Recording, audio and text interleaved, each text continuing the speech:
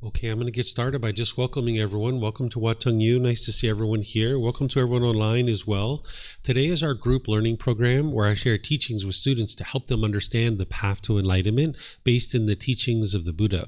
We start each one of our classes with meditation because this is part of the teachings of the Buddha and it's going to help you to train your mind to get to this enlightened mental state. And then afterwards, I'm going to share a topic with you from our book titled Developing a Life Practice, The Path That Leads to Enlightenment. This is the course text that we use for this program where each Sunday I go chapter by chapter. This Sunday we're in chapter 9, which is titled What is Kamma and How Does It Affect Me? This is where you're going to learn about the 4 different types of Kamma and how to extinguish your unwholesome Kamma. Because by the time you get to enlightenment, you no longer experience any unwholesome Kamma. What enlightenment is where the mind's completely peaceful, calm, serene, and content with joy, where you're no longer experiencing any discontent feelings. You will get to the point where you completely eliminate all your anger, sadness, frustration, irritation, annoyance, guilt, shame, fear, stress, anxiety, loneliness, boredom, shyness, resentment, jealousy. All of this can be eliminated from the mind through training of the mind. And meditation is an important part of that. And then afterwards, I'm going to share some teachings because you can't just meditate your way to enlightenment. You're going to need other things besides just meditation. So if you'd like to join for meditation, I start with some chanting to ease us into the meditation. And you guys are welcome to join along in the chanting if you like, because when you're chanting, it actually helps benefit you to ease the mind into meditation and get more benefit out of the meditation itself. And if you choose to chant, you'll see that you actually get more benefit out of the meditation.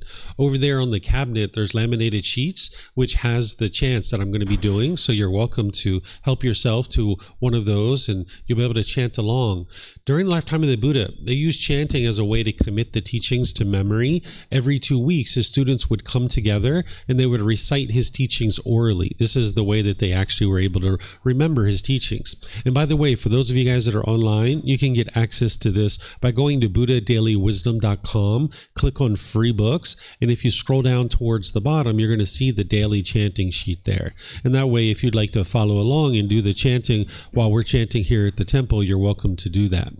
So as I was mentioning, chanting during the lifetime of the Buddha was used as a learning tool.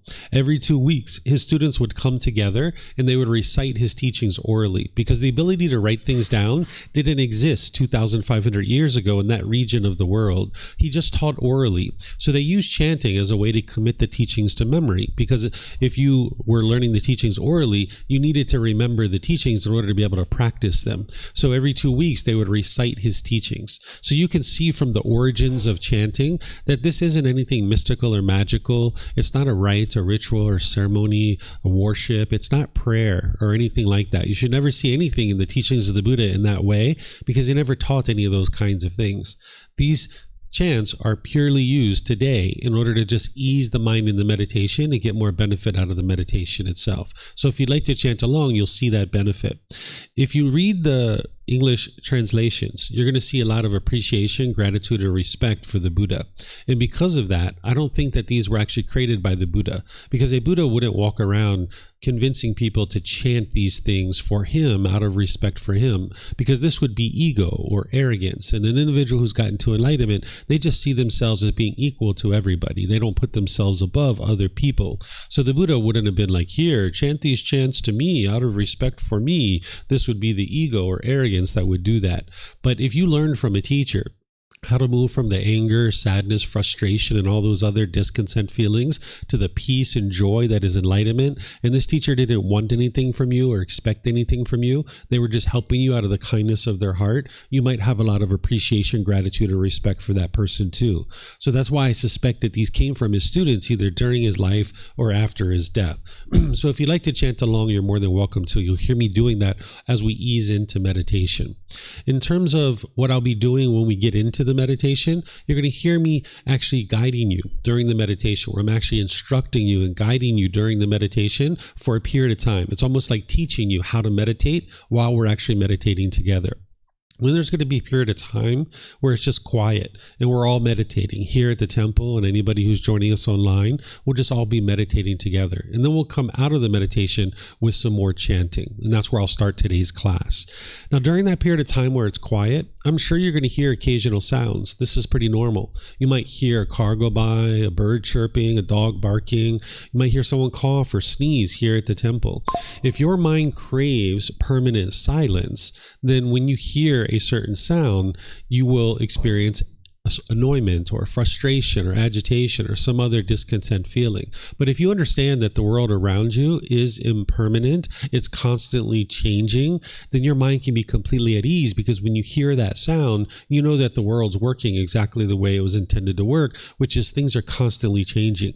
But if you crave permanent silence during meditation, when you hear even the slightest sound, your mind will be annoyed or frustrated or experiencing some other kind of discontentedness. So these sounds are going to arise, they're going to change, and they're going to fade away. This is the way the world works. Everything around you is constantly changing. You're not going to be able to be in an environment where it's permanently silent. It's just not possible. So you're going to hear sounds occasionally, and you can just understand that this is normal. This is impermanence. This is the way the world works. And as long as you don't have a craving for silence, now when you hear that sound, your mind can be completely at ease because you understand this is normal. And then in terms of your body position for meditation, there's 4 positions that the Buddha taught: seated, lying, standing, and walking. And you would learn these different positions at different times in your journey to enlightenment. And as you journey in the path, you would learn how to use these different positions at different times. But oftentimes people are learning in the seated position. So I'm going to provide you some guidance for the seated position, and then you can learn these other positions at other times if you'd like. There's not just one way to sit. Everybody's body is a little bit different, and because of impermanence, there's not just one fixed way to actually sit in meditation. So what I'm going to share with you are just suggestions or recommendations for you to consider, and if you'd like to implement any of these, you can. But if you find another way to sit that isn't even something I taught, you're more than welcome to actually use that, because what's important is that the body is comfortable. You're not training the body, you're training the mind in meditation. So as long as the body's comfortable, that's all that really matters, and that you would focus on training the mind. But here's some recommendations for you that you might be able to find something that's even more comfortable than you're already using. If you're on the floor, you might have some cushions under your rear. This will help to soften your seat. And then if you're going to bring your legs together in the cross-leg position, you'd like to do that lightly. Whereas if they're real tight, this can impede the circulation and cause pain in the lower body. Sometimes people like to put their legs off the mat. This gets the hips up in the air, and it lessens the angle at the hips, the knees, and the ankles, allowing the circulation to flow. The Buddha put his right hand over his left with his thumbs together, and he put this into his lap. If this is comfortable for you, you could use it. But again, it's not about everyone doing it exactly the same way. There's other options here as well.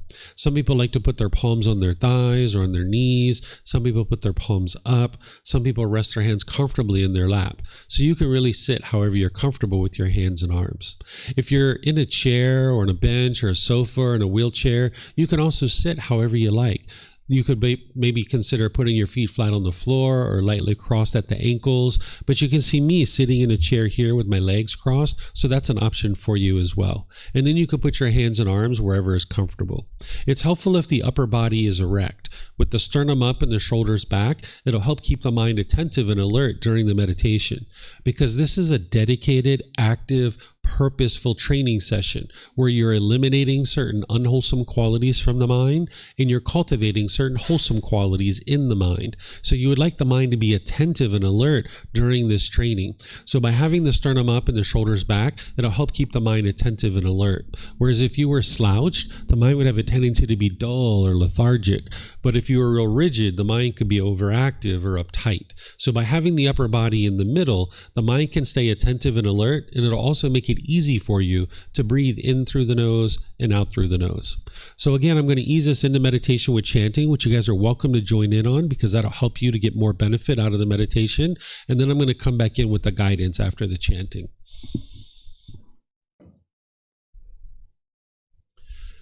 Arahang Samma Sambuddho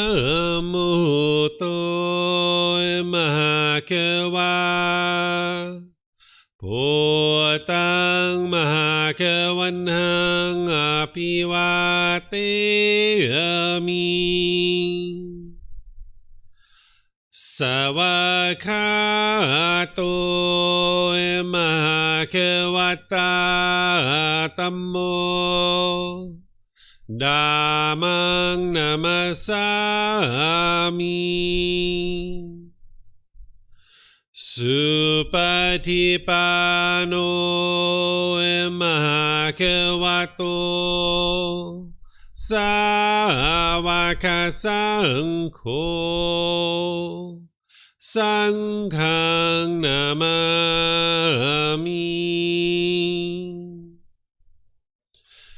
นะโมตัสสะภะคะวะโตอะระหะโตสัมมาสัมพุทธัสสะนะโมตัสสะภะคะวะโตอะระหะโตสัมมาสัมพุทธัสสะนะโมตัสสะภะคะวะโตอะระหะโตสัมมาสัมพุทธัสสะอิติปิโสมะภะวะอะระหังสัมมาสัมพุทโธวิชาจารนังสัมมุโนสกขาโตโรกาวิตุอนุเตโรปุริสาดัมมาสติสัตตาตาวามนุสนังปุตโตภะคะวะติ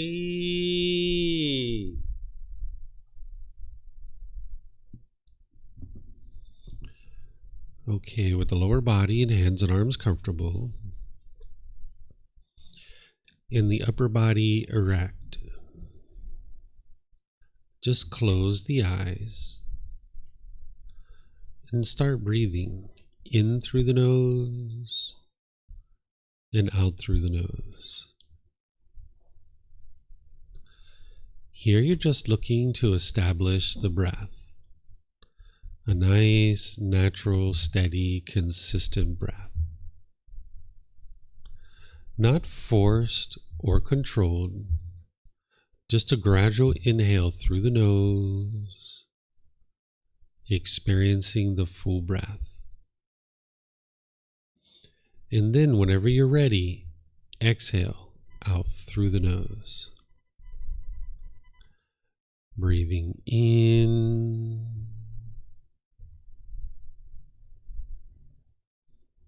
and out. Breathing in and out.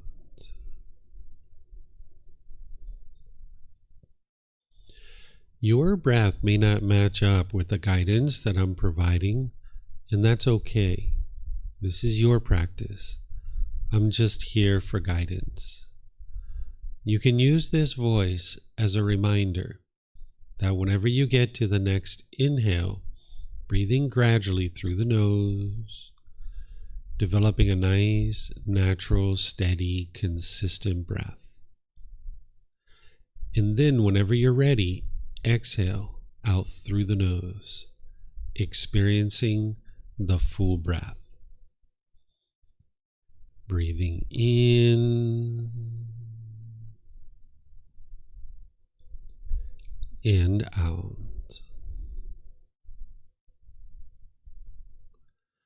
Breathing in and out.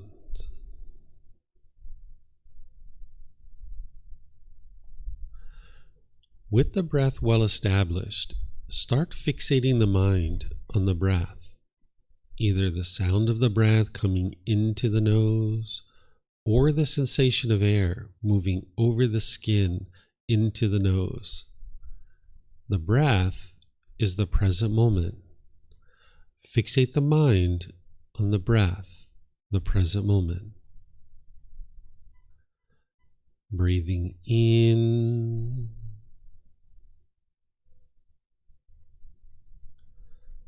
and out.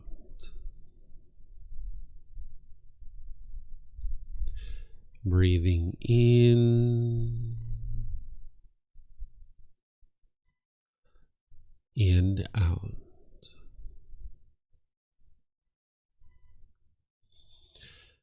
With the mind focused on the breath, whenever you notice that it moves off the breath, cut that off, let it go, and come back to the breath, the present moment. No need to observe the thought, label it, judge it, analyze it, or even try to figure out where it's coming from. Whenever you notice that the mind is moved off the breath, cut that off, let it go, and come back to the breath, the present moment. Breathing in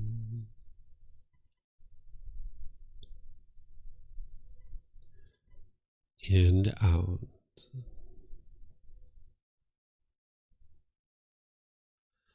Breathing in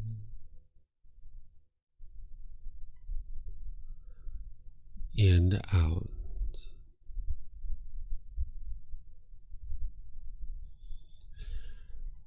I'm going to be quiet now and let you do this work of focusing on the breath, cutting off and letting go anytime the mind moves off the breath. You have nowhere to go. There's nothing to do. No one needs you right now. This is your time to focus on the breath. Breathing in and out.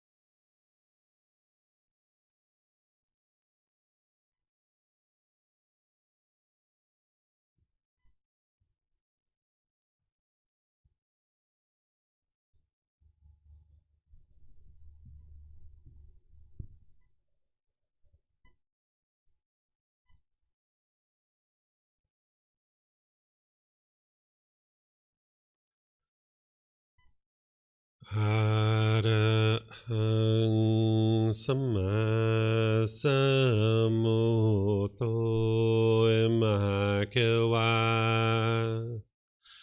Potang Mahakawanhang Apivateyami Savakato Mahakawata Tammo Dhammang Namasami Supatipano Mahakavato Sāvaka Saṅkho Saṅghang Namami Namo Arhasa Bhagavato Arahato Samma Sambuddhassa Namo Arhasa Bhagavato Arahato Samma Sambuddhassa Namo Arhasa Bhagavato Arahato Samma Sambuddhassa Iti piso Mahakawa Arahang Samma Sambuddho Vicacaranang Sammuno Sakato Rokavitu Anutero Purisa Dhamma Sati Satatawa Manusanang Bhutto Bhagavati.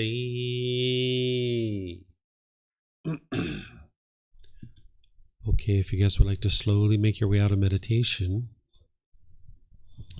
Once again, welcome to everyone. Nice to see everyone here this morning. Welcome to everyone joining online as well. Today is our group learning program, and I'm going to be sharing with you guys a topic of what is Kamma and how does it affect me. In terms of getting to enlightenment in this peaceful and joyful mental state that the Buddha taught, what he's doing is he's guiding you to cultivate wisdom, that it's not rites, rituals, ceremonies, worship, or prayer that's going to lead to improvement in the condition of your mind and condition of your life. If you've seen any of those kinds of things associated with the teachings of the Buddha, those aren't the teachings of the Buddha. He's teaching you to gather wisdom in the mind through learning, examining, and investigating teachings, through reflecting on them to be able to independently verify whether they're true or they're false, and then practicing those teachings, integrating them into your day-to-day life. Because when you lack wisdom of the world around you and the natural laws, you'll tend to struggle and have difficulties. That's what the discontentedness is. When you're experiencing anger, sadness, frustration, irritation, annoyance, guilt, shame, fear, stress, anxiety, loneliness, boredom, shyness, resentment, jealousy, this is the mind struggling and having difficulties because it's living in a world that it doesn't understand. So you would like to cultivate wisdom in order to be able to train the mind and move it to this peaceful, calm, serene, and content mind that is joyful. It's a permanent mental state that you can attain in this life. And by uprooting the pollutions that the Buddha discovered in the mind, you'll be able to see that your mind's gradually moving to this enlightened mental state. You'll notice that the mind's focused. There'll be concentration, clarity, and deep memory. Your personal professional relationships will be really blossoming because you won't have bitterness and harshness and hostility in your mind any longer. You'll get to a point where you're not even in a bad mood. And again, what this comes through is the cultivation of wisdom in training your mind. Just like when we were kids, we didn't understand the natural law of gravity and we struggled and had difficulties with that. where we fell down, we hit our head, we bumped our elbows, we broke our toys, and we cried and cried and cried. The same thing is happening with other natural laws. There's certain natural laws that are affecting you. Just like the natural law of gravity is affecting you whether you're aware of it or not, there's other natural laws that are affecting you too. Slowly but surely, we gained wisdom of this natural law of gravity. And that's why now you've learned to tie your shoes a little bit tighter. We stopped being so giddy and bouncing around like a kid all the time. We started looking at the surface of the sidewalk as we walked down the street. And now we experienced improved results because we're making wise decisions, because we've cultivated wisdom about this natural law. We're no longer lacking wisdom. We're no longer confused about the world that we live in. We didn't believe in the natural law of gravity. We can see the truth for ourselves. We can see that it exists. It's right there, right? Every time we drop this or let go of this remote control, we can see there's the natural law of gravity. We're not believing that it exists. So you can actually get to the same point with all these other natural laws, because with the natural law of gravity, you can climb ladders, you can ride bicycles, you can get on airplanes and travel all over the world with ease, because you can make wise decisions based in this wisdom that you now have. So this natural law of Kamma, which some people refer to as karma, this is just a different language. That's the Sanskrit language. The original teachings of the Buddha are in the Pali language. So the word Kamma is being used. So people who study the original teachings of the Buddha will tend to use this word Kamma. This word Kamma is essentially translating to cause and effect, or action and result, the results of your decisions. What you come to understand by studying this natural law is that everything you experience in life is based on decisions that you make. And if you're experiencing any particular decisions, if you're experiencing any particular results, they're coming from decisions that you're making. Sometimes when people are experiencing unwholesome things in their life, they tend to blame it on other people. This is what the mind does, because the mind's ego is in there saying whatever you do is right and whatever everybody else does is wrong.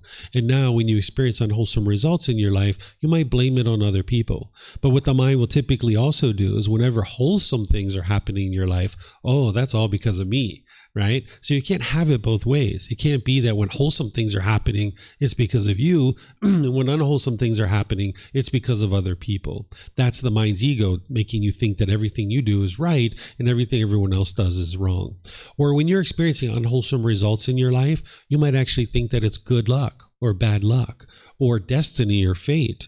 Or you might blame something like God is punishing you or rewarding you for things that you're experiencing. And nowadays people even think about this entity called the universe, that they think this special power of the universe is producing certain results in their day-to-day life. So if you subscribe yourself to this type of thinking, that means you're stuck, that you can't change anything about your life, because you can't change good luck or bad luck, and you can't change destiny or fate. You can't change God or some entity called the universe, and you can't change other people to do things your way. So if you continue to walk around thinking and being confused and having misunderstanding that it's because of other things that you're experiencing any particular result, then you're going to keep experiencing the same unwholesome results over and over and over again. Because what true reality is that you're experiencing this natural law of Kamma, of cause and effect, or action and result. And when you go out into the world and you make wise decisions, you will experience wholesome Kamma, or wholesome results. And when you go out into the world and you make unwise decisions, you will experience unwholesome Kamma, or unwholesome results.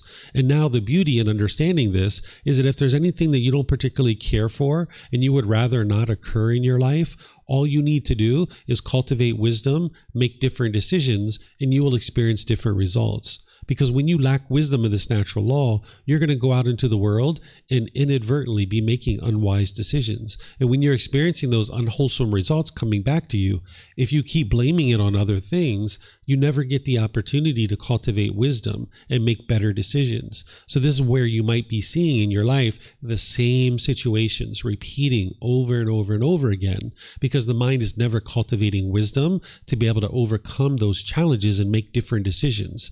Because if you keep making the same decisions, you're going to keep experiencing the same results. So this natural law of Kamma, understanding it and getting awake to it, means to cultivate wisdom about it. Now you can navigate the world peacefully, just like you did with the natural law of gravity. You now navigate the world peacefully with the natural law of gravity, right? If you fall down now, you probably even laugh, right? Potentially, right? You probably maybe think it's funny, right? Where in the past we cried and cried and cried because we didn't understand.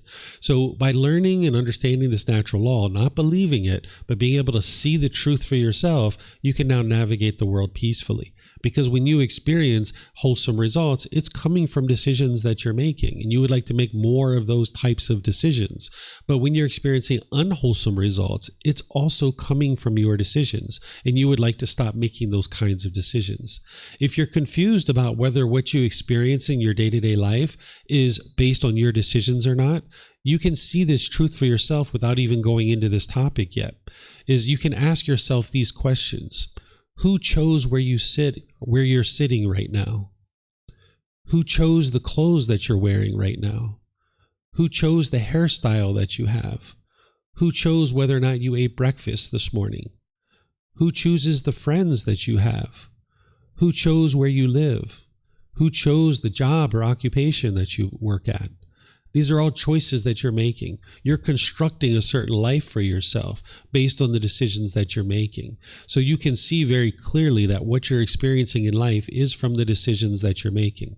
So this natural law of Kamma is something that the Buddha taught all throughout his teachings. He's helping you to be able to awaken to this natural law or cultivate wisdom about it. So I'm going to help you to be able to understand this natural law, where I'm going to explain to you 4 different types of Kamma, because you need to understand these 4 different types. And then ultimately what I'm going to get to is I'm going to help you to understand how to extinguish all your unwholesome Kamma. Because by the time you get to enlightenment, you're no longer experiencing any unwholesome Kamma. And that's part of cultivation of the wisdom to be able to get to this enlightened mental state. I'm going to pause a few times as we go and open up for questions, because as you're learning these teachings, you're not going to necessarily instantly understand them. It's gradual training, gradual practice, and gradual progress that's going to lead to improvement to the condition of your mind in your life. One of the biggest myths about the life story of the Buddha is sometimes people think he sat under a tree, he meditated and instantly got to enlightenment. And this isn't actually true. So you're going to need to think about what it is that I'm sharing with you. You're going to need to actively listen and eagerly understand what it is that I'm sharing with you. And where you're having trouble to understand it, you can ask questions to get help. When I pause to open up for questions, if you're here at the temple and you'd like to ask a question, we have microphones in the white bowl here. If you could just come get a microphone, you can take it back to your seat. Just press the gray button. You're going to see the lights come on. And if you hold it up to your chin, we'll be able to hear you here at the temple, and they'll be able to hear you online. If you speak here without a microphone, they won't be able to hear you online. And for those of you guys that are online, you can ask your questions by putting that into Facebook, YouTube, or Zoom, or you can raise your hand in Zoom electronically and then unmute your microphone and ask any and all questions that you like. And if you get one of these microphones, you can just keep it with you, because you might have more than one question, or someone else around you might have a question and you can share it with them. And if you're not using it, if you could turn it off, that way we won't get feedback through the speakers. So first, just a couple of basics about what is Kamma, and then we'll move into talking about it in more detail. Kamma is a natural law that exists and is functioning at all times, whether you're aware of it or not. Everything the Buddha taught in one way or another is coming back to this natural law to be able to help you see this cause and effect, or this action and result. That's what Kamma is. It's not anything mystical or magical. It's not about who's to blame or who's at fault. It's not about, punishments and rewards and things like this. It's literally cause and effect, or action and result, the results of your decisions. If this word translated as just one English word, I would just use it because it'd be easier for everyone to understand. But it doesn't translate to just one English word. So that's why I still need to use this word Kamma. It's cause and effect, or action and result. It's essentially a sequence of events. Whenever you make a decision, either wisely or unwisely, it's going to produce wholesome Kamma or unwholesome Kamma, or wholesome results or unwholesome results. Every being is being affected by this natural law, whether they're aware of it or not. And there's no being or entity that's overseeing this, dishing out punishments and rewards. It's a natural law, just like the natural law of gravity. Nobody turns it on, nobody turns it off, nobody controls it, right? It just is functioning at all times, just like the natural law of Kamma. It's functioning at all times, whether you're aware of it or not. It's not a system of punishments and rewards. It's nothing mystical or magical. It's not about who's to blame or who's at fault. It's essentially a sequence of events, of cause and effect, or action and results. In terms of some words from the Buddha that are going to help you to be able to understand this, these are some of the words of the Buddha on this natural law. Because, like I mentioned, everything and anything that the Buddha taught in one way or another is coming back to this natural law. But these are two important things to understand about the natural law of Kamma as you're first starting to approach it, to understand it. This is his words. He says, beings are the owners of their Kamma, the heirs of their Kamma. They have Kamma as their origin, Kamma as their relative, Kamma as their resort. Whatever Kamma they do, wholesome or unwholesome, they are its heirs. What he's saying here is that you're the only one that can produce Kamma for yourself. It's your decisions that lead to any particular result. Because sometimes what you'll hear people say nowadays is they'll say, oh, don't rub your bad Kamma off on me. Or, oh, I'm going to give you some good Kamma. This isn't actually possible. You can't give someone good Kamma. You can't rub your so quote unquote bad Kamma off on someone else, even though I don't use those words. It's just not possible, because what you experience is a result of your decisions. That's the way that you're creating Kamma, is from your decisions.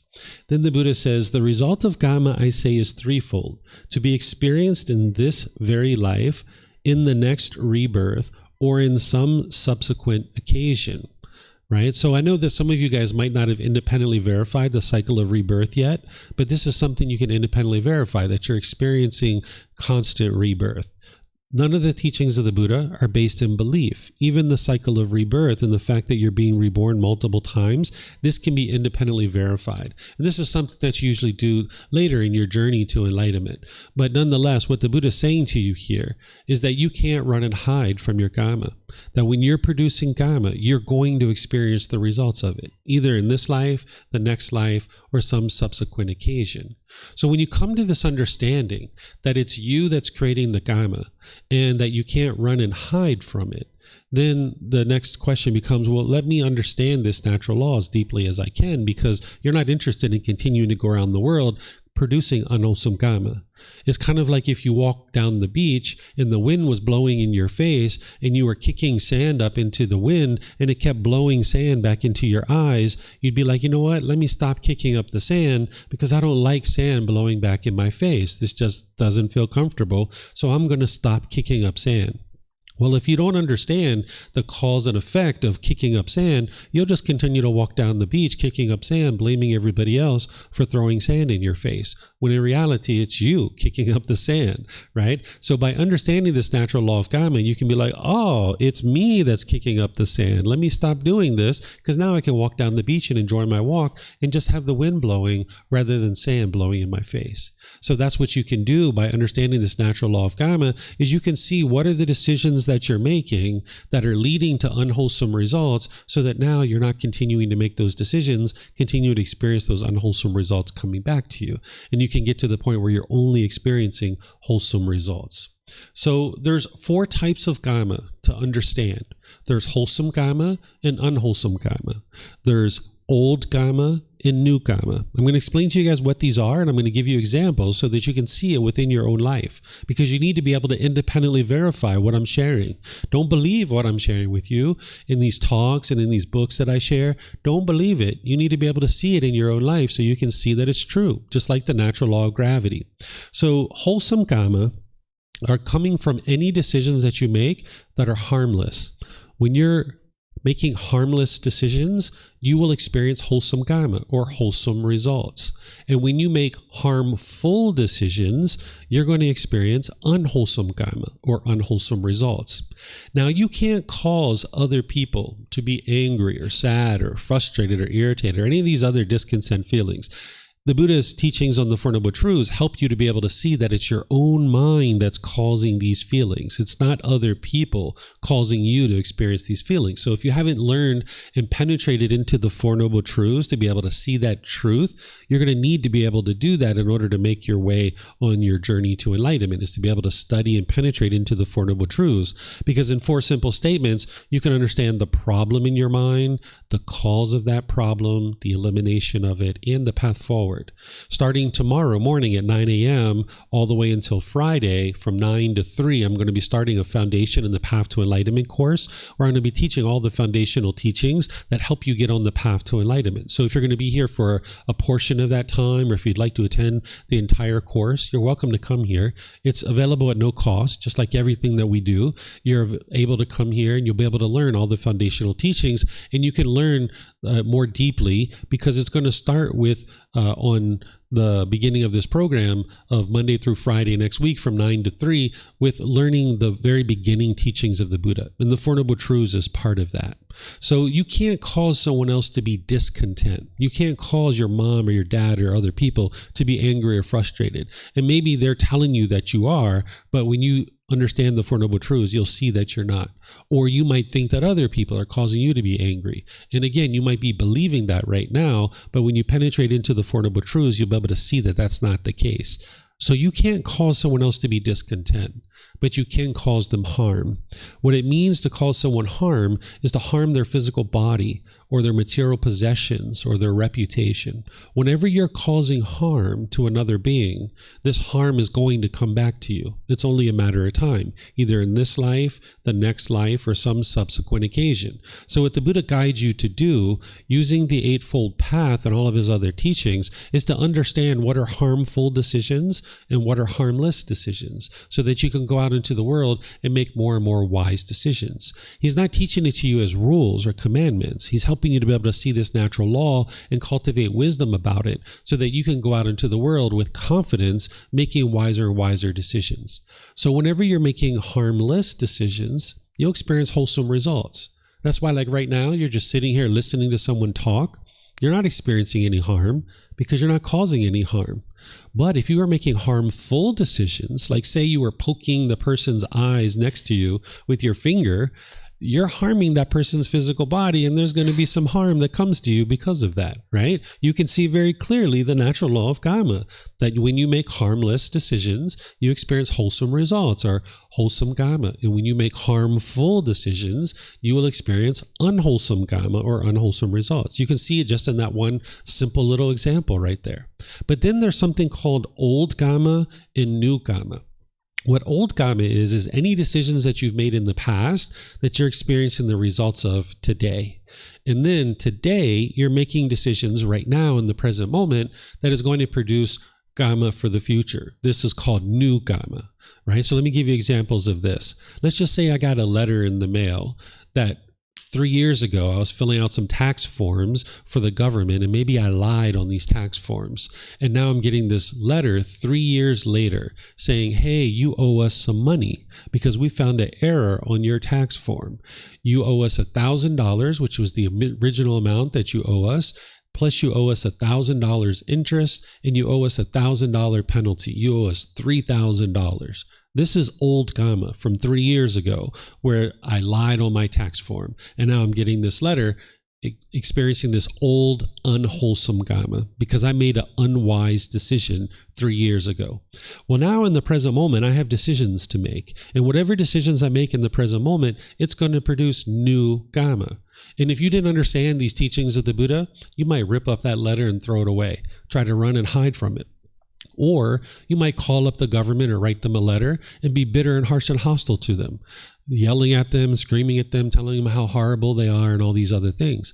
And in the present moment, what you're doing is you're creating new, unwholesome Kamma, right? And that's not what you're interested in. You're interested in extinguishing all your old, unwholesome Kamma that's coming back to you. So if you understand these teachings, you understand you can't run and hide from this Kamma.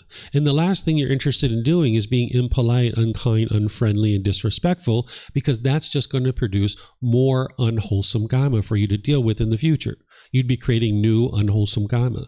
But in the present moment, if you understand these teachings and you understand you need to extinguish this old unwholesome karma coming back to you, then you might call up the government or write them a letter and say, hey, sir, hey, ma'am, I really apologize.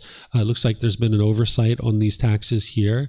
I need to make amends for this. I really apologize, and I'd like to take care of this. How can we take care of it?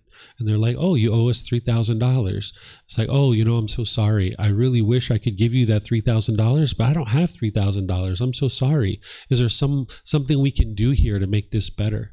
And they might say, you've been so polite. You've been so kind. How about you just pay us $1,000? We'll get rid of the penalty and the interest. You just owe us $1,000. This is my new wholesome karma coming back to me because I'm being polite and kind and friendly and respectful here.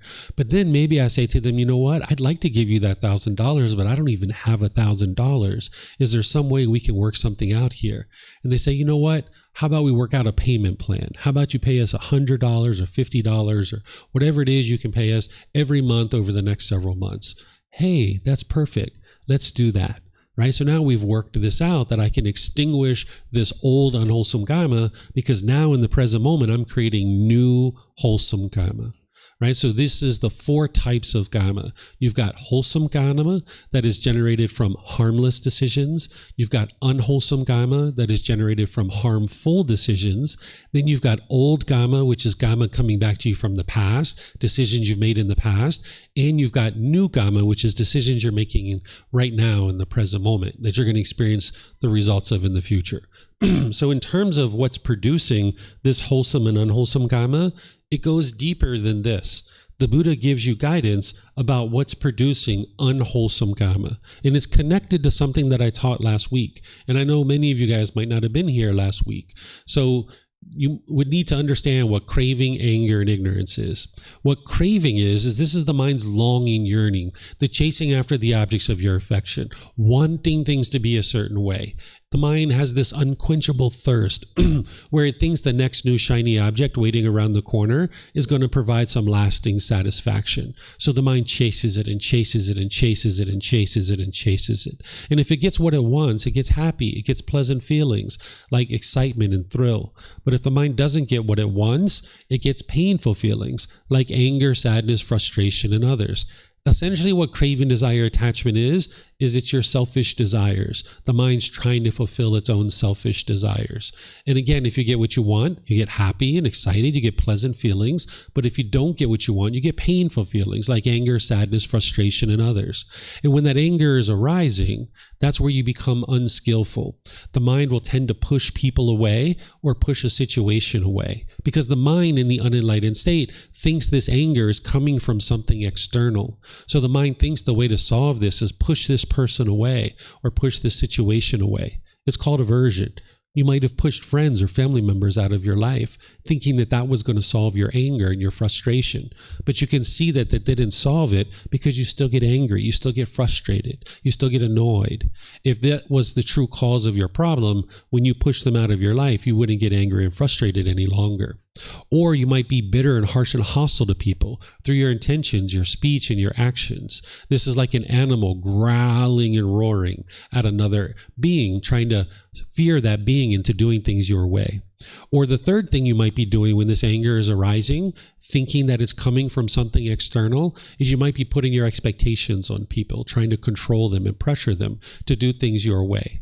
In fact, some people might even be doing this to you, where they're pushing you away. They're being bitter, harsh, and hostile to you, or they're putting their expectations on you and trying to control you. So where all this is coming from is the mind's ignorance or the lack of wisdom, the unknowing of true reality, the confusion, the misunderstanding, that the mind just doesn't understand what it doesn't understand. It lacks wisdom about the natural laws. So the mind firmly believes in the unenlightened state, based on its lack of wisdom, that this anger and frustration is coming from something external. You might have been in arguments with people, adamantly trying to convince them that what they are doing is causing you to be angry and they have to stop doing what they're doing. But this is your mind craving permanence and wanting everybody to do things a certain way. The mind has a certain want or expectation, and it wants everybody to do things your way. And when things are done your way, you get pleasant feelings like happiness, excitement, elation. But when people aren't doing things your way, you get angry, frustrated, agitated, or annoyed. And as long as you live in an impermanent world where things are constantly changing, if your mind's craving permanence, then it's only a matter of time before these painful feelings arise. So the mind's lack of wisdom doesn't understand this. The mind doesn't understand that it's your own craving, desire, attachment, your longing, your yearning that's causing your discontent feelings. And that's the lack of wisdom or the ignorance that the mind has, the confusion, the misunderstanding. So whenever you're making decisions through craving, anger, and ignorance, it's going to produce unwholesome Kamma for you. And again, you need to independently verify this. Look at your own life. In every situation where you've ever experienced unwholesome results, there was some craving, longing, yearning that your mind had, or anger, or frustration, or agitation, or annoyance, or this ignorance or unknowing of true reality where the mind was lacking wisdom. And because it was lacking wisdom and it was making unwise decisions, it was leading to some unwholesome results. So these are what's called the three poisons, or the three unwholesome roots, or the three fires. Because whenever you make decisions through these, you're going to be experiencing unwholesome results. So what you're doing on this path to enlightenment is you're gradually bringing down in your mind craving, anger, and ignorance. You're gradually training your mind through meditation and other techniques to eliminate this pollution out of the mind. So more and more, you can make decisions based in the three wholesome roots, where now you can experience wholesome Kamma. Because here you can see the Buddha teaching what produces wholesome Kamma. These are the original words of the Buddha, where he's helping you to see that it's generosity, loving kindness, and wisdom that lead to wholesome Kamma, or wholesome results. Generosity is the exact opposite of craving, desire, attachment. Because with craving, desire, attachment, the mind's going to hold on to things very tightly because of the mind's selfish desires. But the opposite of that is to be joyful in giving and sharing with other people, living open-handedly, right? This is the generosity that the mind is practicing. And now that trains the mind to let go and practice giving and sharing with others. And that's always going to produce wholesome results for you. Then there's loving kindness, which is a genuine interest in seeing all beings be well. When you're practicing this active goodwill towards all beings, it's going to produce wholesome Kamma, because this is the exact opposite of the anger, the hatred, the bitterness, the hostility, the animosity. Because when you make decisions through that, it's going to produce unwholesome results for you. But when you're making decisions through loving kindness, where you have a genuine interest in seeing others be well, this is going to produce wholesome Kamma, or wholesome results. And then lastly, when you're making decisions through wisdom, that's going to produce wholesome results. The wisdom of the natural laws, the wisdom of the natural laws that the Buddha taught, you'll be able to see more and more as you make decisions through that. It's going to produce wholesome Kamma, or wholesome results for you. So this is helping you to be able to see the four types of Kamma. There's wholesome Kamma and unwholesome Kamma. Then there's old Kamma and new Kamma. And I'd like to pause here and see if you guys have any questions, because after this, once you understand this, I'm going to teach you how to eliminate all your unwholesome Kamma so you can extinguish it and get to the point where your mind's only experiencing wholesome Kamma. So if you guys have questions here, if you guys could use the microphones, and those of you guys online, you can put your questions into Facebook, YouTube, or Zoom, or you can raise your hand in Zoom and ask any questions that you like. So does anybody here or online have questions?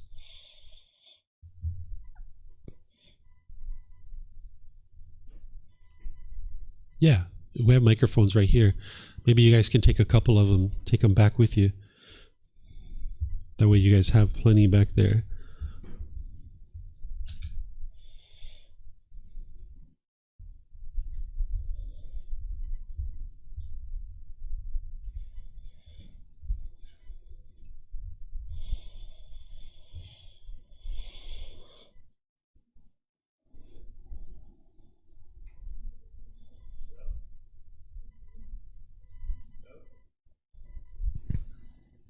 Now it works. So I was wondering, if you have a person that has some kind of permanent brain damage and who is not in control anymore, for instance, his temperament, like I know somebody like that.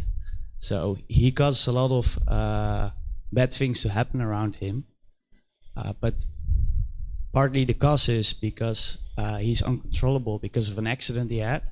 So he cannot control his temper anymore, and because of that, he creates all this suffering around him.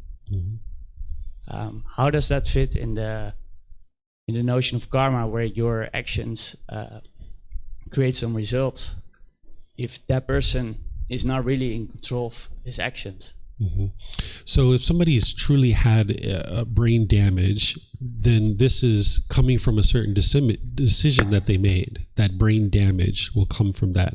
It's important first to understand that the brain is one thing and the mind is something completely different. The brain is the physical organ. The mind is non-physical or non-tangible, right? But if someone's had brain damage, just say they were in a certain accident, or let's just say they were even born that way, there was decisions that were made at some point in the sequence of events that led to that occurring.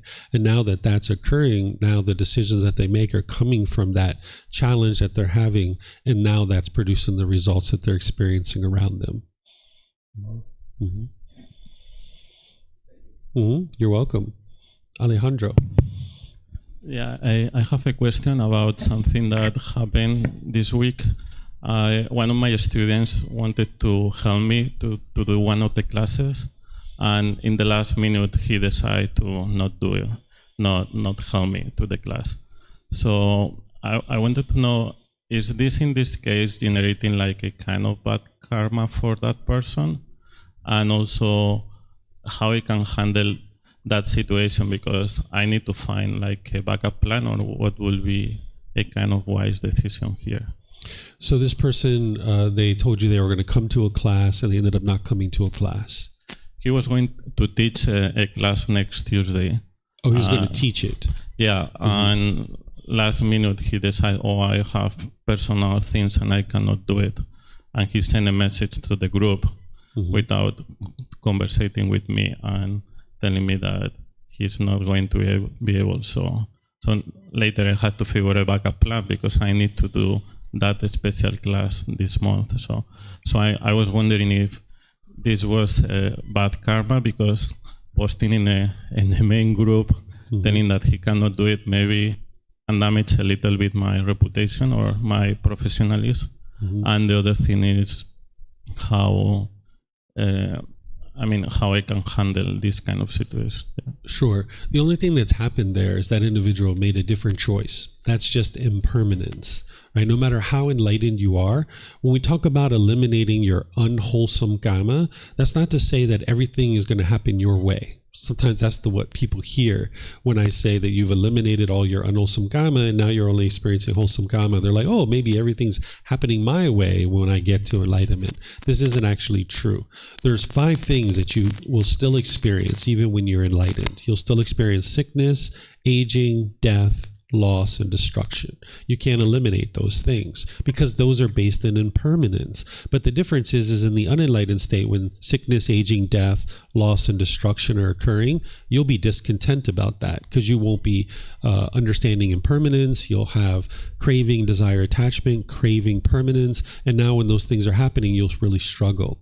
But in the enlightened mental state, you'll still experience these things, but your mind will be completely peaceful because you'll understand it and your mind won't have craving and clinging. So all this person did is they changed their mind, right? That's impermanence. And then they communicated that. And they didn't communicate it in the way your mind was expecting, perhaps, if that's what you were expecting them to contact you, but nonetheless, they communicated it. So you need to be able to see that all this was impermanence, right? And you're never going to escape that you will always have impermanence in your life. And it's just a matter of you not craving and clinging for things to be permanent. And then you can be completely peaceful, that you know, like, okay, well, he gave me whatever amount of notice, he let me know that he can't teach, and now I need to find another option. And that's just impermanence. And now you deal with that situation. What the mind's going to potentially want to do is think negatively of this other person, or maybe have frustration or agitation and think that this person is causing that for you, when in reality all that's happened is change. That's it. Mm-hmm. because he's my student, and I don't think that it's going to help him if he's looking for a job or doing things, being this kind of professional. So I don't know if I have in my mind also, can I teach this person about karma and the decisions that he take have some actions and results after that? Because I understand that nothing can be permanent, but I don't think that it's a wise choice in a professional way. So in profession, things are going to change. Your mind didn't get what it wanted, which is this person to teach your class, right? But nonetheless, things change for this person. You need to be able to see that that's constant change. There are things that are permanent. Enlightenment is permanent. The natural laws are permanent. So there are things that are permanent. But your mind wanted things to happen a certain way. And when those things change, you didn't like it. Even in professional world and even in life, even in these teachings, things are going to change. Like on Wednesday, or actually I should say Tuesday, it was pouring down raining here. There was a typhoon, right, that had kind of remnants that came through, and all the street, or not all the streets, but a lot of the streets in Chiang Mai were flooded, including Taipei Gate and other things. My wife came back in her 4x4 truck, and she was like, the water's all the way up to my knees, and my tailpipe couldn't even go through the water, and it was having difficulties. And I was like, oh, I should cancel class on Wednesday morning because, students are going to be coming out and they're going to end up potentially going through this flood water. And you know what? I'm going to cancel class. But I didn't really have too many ways to communicate this. So I used all the methods that I had available to me to communicate this. But from my understanding, there were some students that showed up here on Wednesday morning for class, right? And that's unfortunate, but nonetheless, it's going to happen from time to time. That is just impermanence. But if I did this like every other week, or if I did this every month, eventually students would be like, I'm not so sure I'm interested in continuing to come to this place because I show up in 20% of the time I show up, this person's not there to teach. And eventually the unwholesome karma would be generated because it's happening so frequently that people would stop coming to learn with me, right? But because I did that, like that's the one time that I ever remember canceling on short notice like that, out of the however many years that I've been teaching, that everybody understood, right? I didn't get any hate messages of like, where are you? Why aren't you here? Because also people aren't attached to me too, right? Because that's what I teach. So you need to be able to understand that these things are going to happen. And you teaching this person karma doesn't mean you teach him that he's done something wrong or that he needs to change his decision or anything like this, because all that's happened is change. Now, if he does this frequently, that's where it's like, maybe I'm not interested in working with this person, and maybe I'll choose not to work with this person anymore. But if it's kind of like a one-off type of thing, this is just impermanence, and you need to be able to train your mind not to crave permanence in that situation. Okay, thank you. You're welcome. Okay, so we have a question on Facebook coming in from Chris. He says, if the physical body is old Kamma, why do enlightened beings still have a physical body? Thank you. So when we say here, back in that previous slide, that the physical body is old Kamma, what we mean by that is like when you're born into this life, the mind is coming from the previous life, and now that mind is going into this egg and sperm that has come together. That consciousness hasn't made any decisions yet in this life. So like say there's a birth defect or something like this. I tend to not think of them as defects, but say there's an anomaly that is happening at birth where this individual isn't born with eyes or a nose or a tongue or something like this. Then this is old Kamma from a previous life, right? That's what we're explaining here. This body that we have, this is continuing to be taken up because of our lack of wisdom in our previous life, that we didn't extinguish our unwholesome karma in a previous life. So now there's a new mind and it's taking up this new body. And now when we get to the end of this life, at the breakup of the body and mind, we call it final enlightenment, because now there's been that final attachment that's been severed, which is the mind connected to the body. Because as long as you're alive, you can't experience the elimination of physical pain. You're still going to have physical pain, even in the enlightened mental state. But it's going to be very muted and it's going to be very minimal. Because in the enlightened mental or in the unenlightened mental state, when you experience physical pain, you'll experience mental anguish along with it, mental pain, because your mind is craving permanent comfort of the body. So when you experience, say, you stump your toe on a piece of furniture, you'll experience the physical pain, but you're also going to experience mental anguish with it too, because the mind is craving permanent comfort of the body.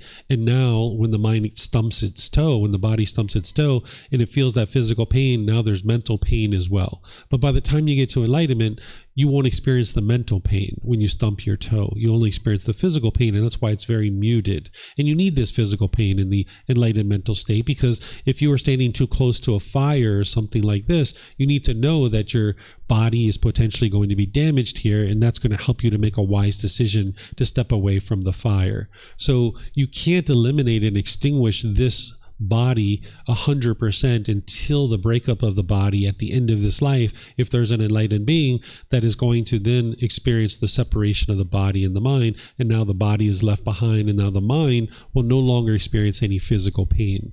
So that's where the full extinguishing of that particular kamma is going to be experienced. So we call that final enlightenment, where up until that time, the mind is enlightened, where it's completely peaceful and joyful, but there's still muted physical pain that is possible because the mind and the body are still together, and you can't eliminate that until the end of this life. Okay? All right. So I don't see any other questions anywhere. So I'm going to move to the next piece, which is helping you to understand how to extinguish all your unwholesome kamma. Because now we understand these 4 types of kamma. There's wholesome kamma, unwholesome kamma, there's old kamma, and there's new kamma. And you understand how this is being produced. That wholesome kamma is from harmless decisions based in generosity, loving kindness, and wisdom. And the unwholesome kamma is being generated from harmful decisions based in craving, anger, and ignorance. And then this old kamma is coming back to you from the past. And then you've got this new kamma that is being produced based on decisions that you're making right now. If you could snap your fingers today and instantly practice the teachings of the Buddha perfectly, which you can't, but if you could, you're still going to experience unwholesome things coming back to you because you've made unwise decisions in the past, and they're going to come back to you. So you can't instantly snap your fingers and practice the teachings of the Buddha perfectly. It's gradual training, gradual practice, and gradual progress. But if you could, you're still going to experience unwholesome results because you've made unwise decisions in the past. And the way that you deal with this is as you're experiencing the unwholesome kamma that's coming back to you, this old unwholesome kamma, is you need to make wise decisions based in the Eightfold Path to be able to extinguish all this unwholesome kamma. And now, through making wise decisions, you will experience more and more wholesome kamma. So the way that I think about this, and then I'll give you some examples of it, is that all throughout our life, we've been shoving mud into this garden hose. We've been putting mud into this garden hose, making unwise decisions, oftentimes not even realizing that we're making unwise decisions, because in the unenlightened state, when we're off the path to enlightenment, we don't even necessarily know what's wise or unwise. We'll walk around with our ego thinking that everything we're doing is wise, but it's not, because we don't know the natural law of Kamma, so we're inadvertently making unwise decisions in some situations. So we're putting mud into this garden hose. Well, then once you get on the path to enlightenment, it's like hooking up your garden hose to a faucet, and you open up the faucet and you're starting to put clean water into this garden hose. And if you're coming to the temple once every 6 months, once a year, if you're meditating once a month, things like this, you've got a little drip going through this garden hose. You're not going to clean out this garden hose in this lifetime. But if you're coming to learn regularly, if you're reading books, if you're consulting with a teacher, if you're building up your meditation practice, actively training your mind, you're opening up that faucet wider and wider, and you're putting more and more clean water into this garden hose. And as you're putting this clean water into the garden hose, you're flushing out the mud. But it is going to spit mud, right? You're going to need to experience that unwholesome kamma. You can't run and hide from it. You can't escape from it. So this garden hose, even though you're putting clean water into it, it's going to spit mud. and it's going to spit mud, and it's going to spit mud. But eventually you're going to get some clean water coming out of that garden hose. And then you're going to get some mud and some mud. But then you're going to get some more clean water and clean water and clean water. But then you're going to get some mud. And then eventually, if you get enough clean water going through this garden hose, eventually all you've got is clean water coming out of this garden hose. That's your wholesome kamma, right? So the clean water is the wise decisions that you're putting into your life or into the garden hose, right? And the way that you do that is you need to learn what's called the Eightfold Path. I taught this back in chapter 4 and chapter 5 of this program. And at the very beginning of the program, I taught this as well. And I'm even going to be teaching it this Tuesday in the Foundation and the Path to Enlightenment course. This is the core central teaching of the Buddha that's helping you to understand how to train your mind in get to the point where the mind's completely peaceful and joyful in the enlightened mental state. It's going to help you to be able to see the wise and unwise decisions that you can make to be able to train your mind in the way to interact in a wise way with the people around you, right? And as you're making more and more decisions through the Eightfold Path, that's what's going to produce the wholesome kamma and the wise decisions. That's putting the clean water into your garden hose. So you'd like to bring your practice up to practicing the Eightfold Path and live your life that way for an extended period of time. And that's what's ultimately going to extinguish your unwholesome kamma, getting to the point where you're only experiencing wholesome kamma. So I'm going to give you some examples of this from my own life so you guys can see what I'm talking about here. So in the past, when I was growing up, I grew up in a very hostile and bitter environment. My family was very argumentative, very hostile, very bitter. There was always arguments and things going on as I was growing up, right? And you learn how to interact in the world from the people around you. So if you grew up with people yelling and hollering and being argumentative, if you grew up with abuse and things like this, you're going to tend to look out at the world in that way. And your mind's going to be conditioned to think that that's the way you should function in the world. So I can remember as a child growing up and going to a place like McDonald's, for example, and if the cashier forgot our French fries, a member of my family might have been yelling and hollering and screaming at the cashier in order to get our French fries, right? Instead of just saying, ma'am or sir, I'm sorry, it looks like I ordered French fries and maybe they haven't shown up on the tray. Did I order French fries? You know, you could politely handle this. But the way that I grew up is seeing this yelling and hollering and screaming, trying to fear this person into doing things your way, right? So your mind can be conditioned to think this way and now function this way among the people around you. So I was functioning that way to a certain degree. I never yelled and hollered at someone at McDonald's, but nonetheless, you know, I had a certain amount of anger and hostility in my mind growing up. And I also had a certain amount of politeness and respect as well, because I was doing that with people around me. But nonetheless, there was this anger and hostility in the mind. So ultimately, getting to the point where I met my current wife and we were together and we started dating, of course, I was nice and friendly and warm and gentle, especially at the beginning, right? That's the honeymoon phase that we tend to have when we first meet somebody, right? We're on our best behavior, so to speak. But over time, that starts to fade away and then the bitterness and harshness starts coming in. So me and my wife, we were together initially for 11 years. We've now been together for about 18 years, but initially up to about 11 years, there was a certain amount of bitterness and harshness and hostility and unwise decisions that I was making throughout those 11 years. But then at a point in time at the 11-year mark, I decided I'm done with all this hostility. I'm done with these broken relationships. I'm tired of having problems over and over and over again in my life. And I started deeply practicing the teachings of the Buddha. I was dabbling with them before that, but I started deeply practicing the teachings and I started transforming my mind and changing the way that I interacted with the people around me. And now I was being loving and kind and warm and gentle with all the people around me, but I still had unwholesome kamma to deal with. There were times that I would come home and my wife would just start yelling and hollering at me. I just walked in the door. I didn't do anything. And she would just start yelling and hollering at me about something. Because this is the way that I functioned in the past. This was my unwholesome kamma coming back to me. This was my unwise decisions from the past that I needed to deal with.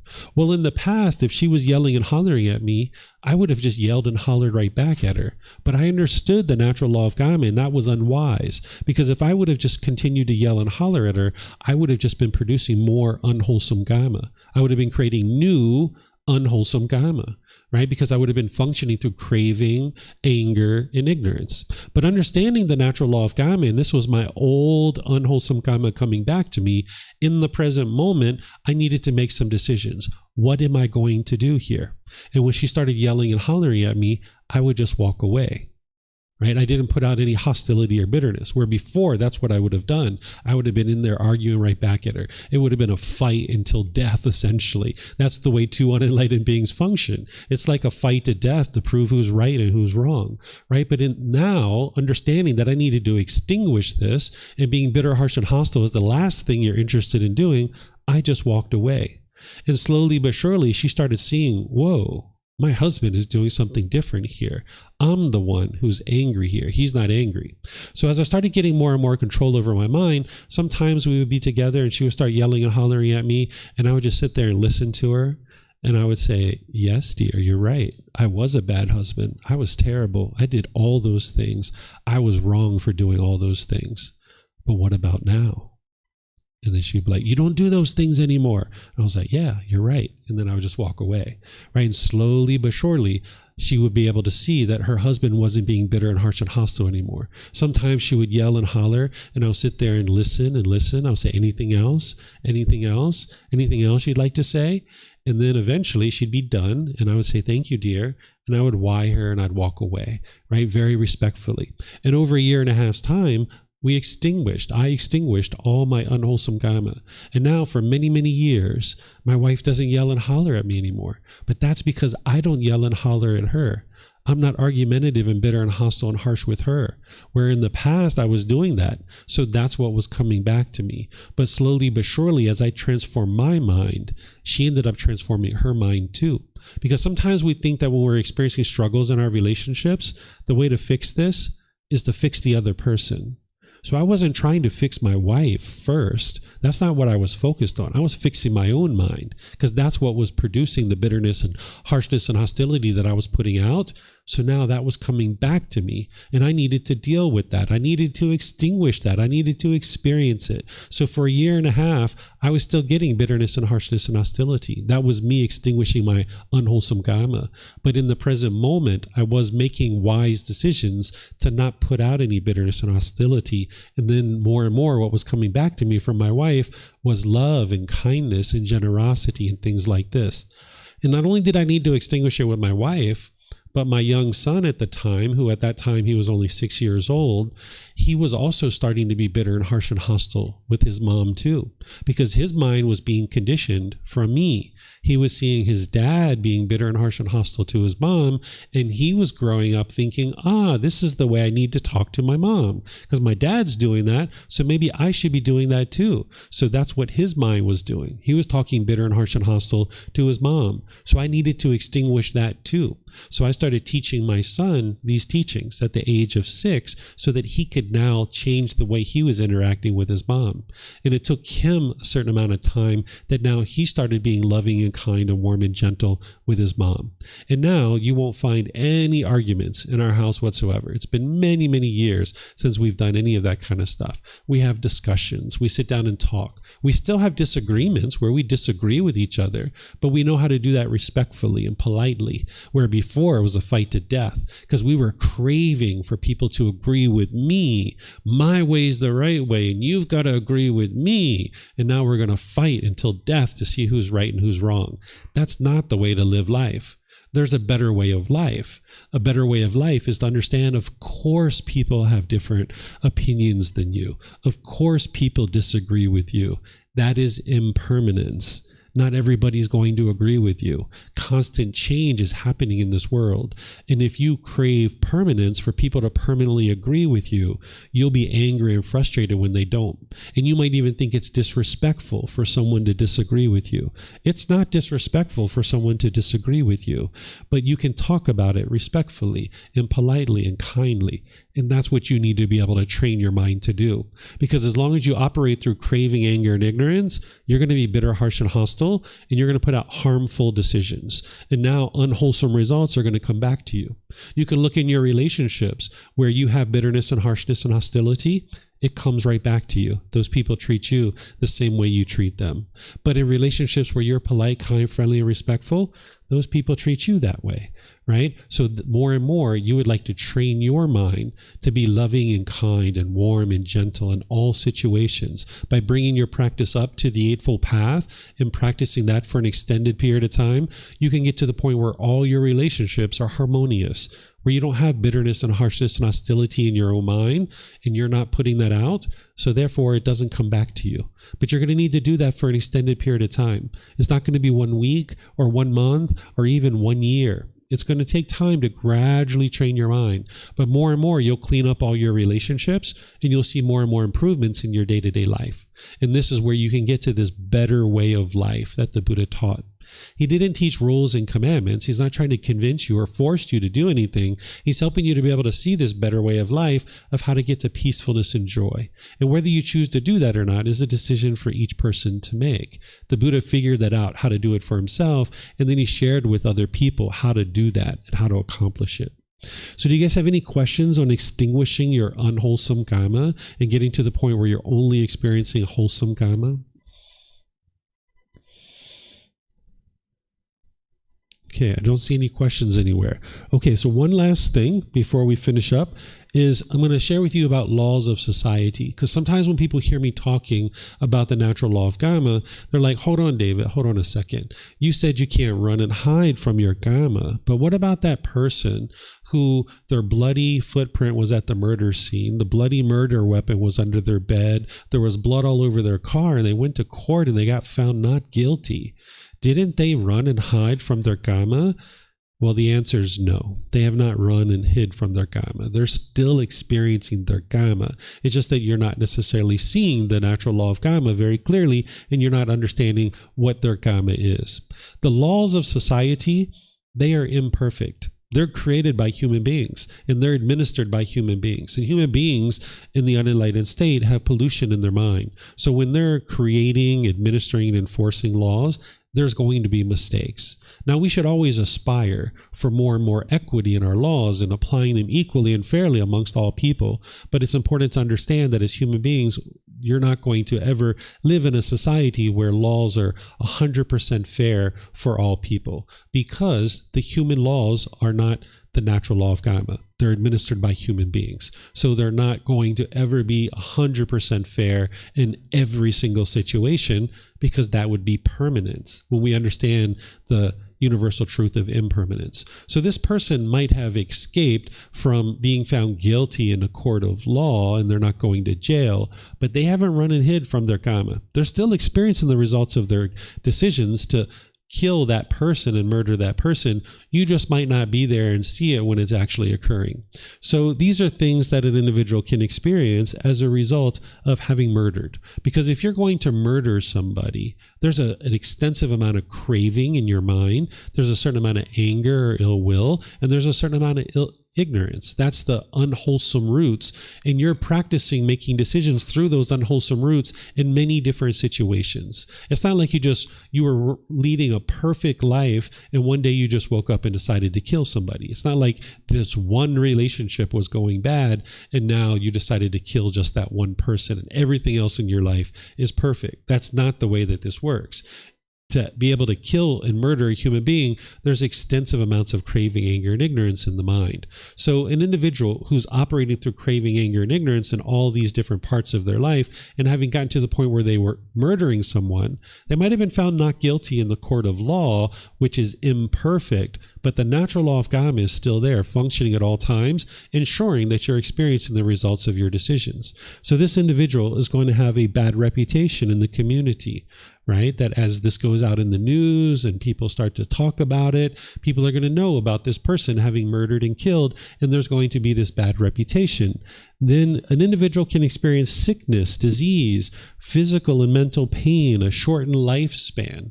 The way that this is occurring is it's nothing mystical or magical. It's that if you have enough craving, anger, and ignorance in your mind to kill a human being, this is producing a certain amount of stress and anxiety, guilt and shame and fear within your own mind. And when your mind is experiencing those kinds of feelings, it's putting stress on the physical body. This is why the heart might give out, or the lungs, or the liver, or other organs organs in the body. So if you have that level of discontentedness in your mind, it's going to shorten an individual's lifespan because the body's not going to be able to last as long. You can see people that tend to be loving and kind and warm and gentle, they tend to live a lot longer than someone who's bitter and harsh and hostile and aggressive, because that's putting a lot of strain on the physical body. So someone who's murdered, they're going to have these potential physical issues where there's sickness, disease, mental or physical pain, then there can be this shortened lifespan. They're also going to be experiencing this hostility, aggression, and fights, and can even be killed themselves. Because again, if you have enough craving, anger, and ignorance in your mind to kill a human being, you have all these other relationships that are struggling as well. It's not like this is the only relationship in your life that you're challenged with. You're going to have this hostility, aggression, and fights, and potentially being killed yourself in these other relationships. This individual can also experience a loss of income and wealth, because going away to court in order to defend yourself on a murder charge, this is very expensive. So there's going to be a certain amount of loss of income and wealth to be able to go away and actually defend yourself on a murder charge. Then this individual is going to have difficulties in their other relationships too, right? Like I said, it's not just like this one relationship is not going well for them. They're going to have difficulties in all these other relationships too. They're even going to potentially have difficulties securing and progressing in employment, or acquiring housing, or the basic necessities to sustain life. If you had an ad for a roommate online and somebody came and showed up that was accused of murder, and you knew about this because it was in the news, are you going to invite this person into your home to be your roommate because they were accused of murder? Probably not, right? So this person's going to have difficulties securing housing and some of these other basic necessities to sustain their life. And then ultimately, this individual can experience discontentedness in rebirth into a certain realm that's going to cause difficulties, right? Because if you've killed, there's the potential to have guilt and shame and fear and stress and anxiety and these other things in the mind. Living with that for an extended period of time, that's part of the Kamma that you're experiencing, because it's no fun walking around with guilt, shame, and fear in the mind. So an individual who's had murdered, if they go to court and they're found not guilty, that's just the human law. They're still experiencing all of these things as well. And this is their unwholesome Kamma. They haven't run and hid from anything at all. They're still experiencing it. So when you see somebody who you think should be found guilty in the news and they're found not guilty, you don't need to be upset about that. That they're going to experience the results of their decisions. And then in some cases, we have people that go to court and they're found guilty when in reality they were not guilty, right? Because that's the imperfect nature of the laws of society. So say, for example, that I was in a gang growing up as a child. And let's just say 18, 20, 25 years old, I was running around with this gang, selling drugs, maybe even doing some murders and stuff like this. But let's just say I never got caught for any of that kind of stuff. And now by the age of 25, maybe I've decided to get out of this gang. And now it's been a year or two and I've been away from this gang, right? But now maybe the gang has done a murder and somehow it got pinned on me, even though I'm not part of this gang anymore. And now I went to court and I was found guilty of this murder that I wasn't even there. I don't even spend time with this gang anymore, but I was found guilty.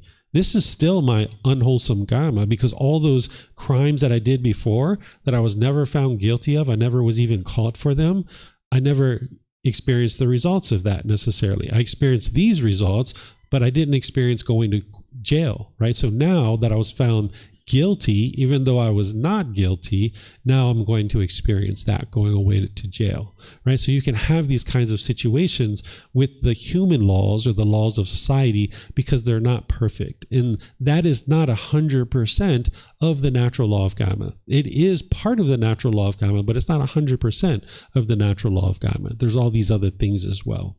So do you guys have any questions on this, the laws of society?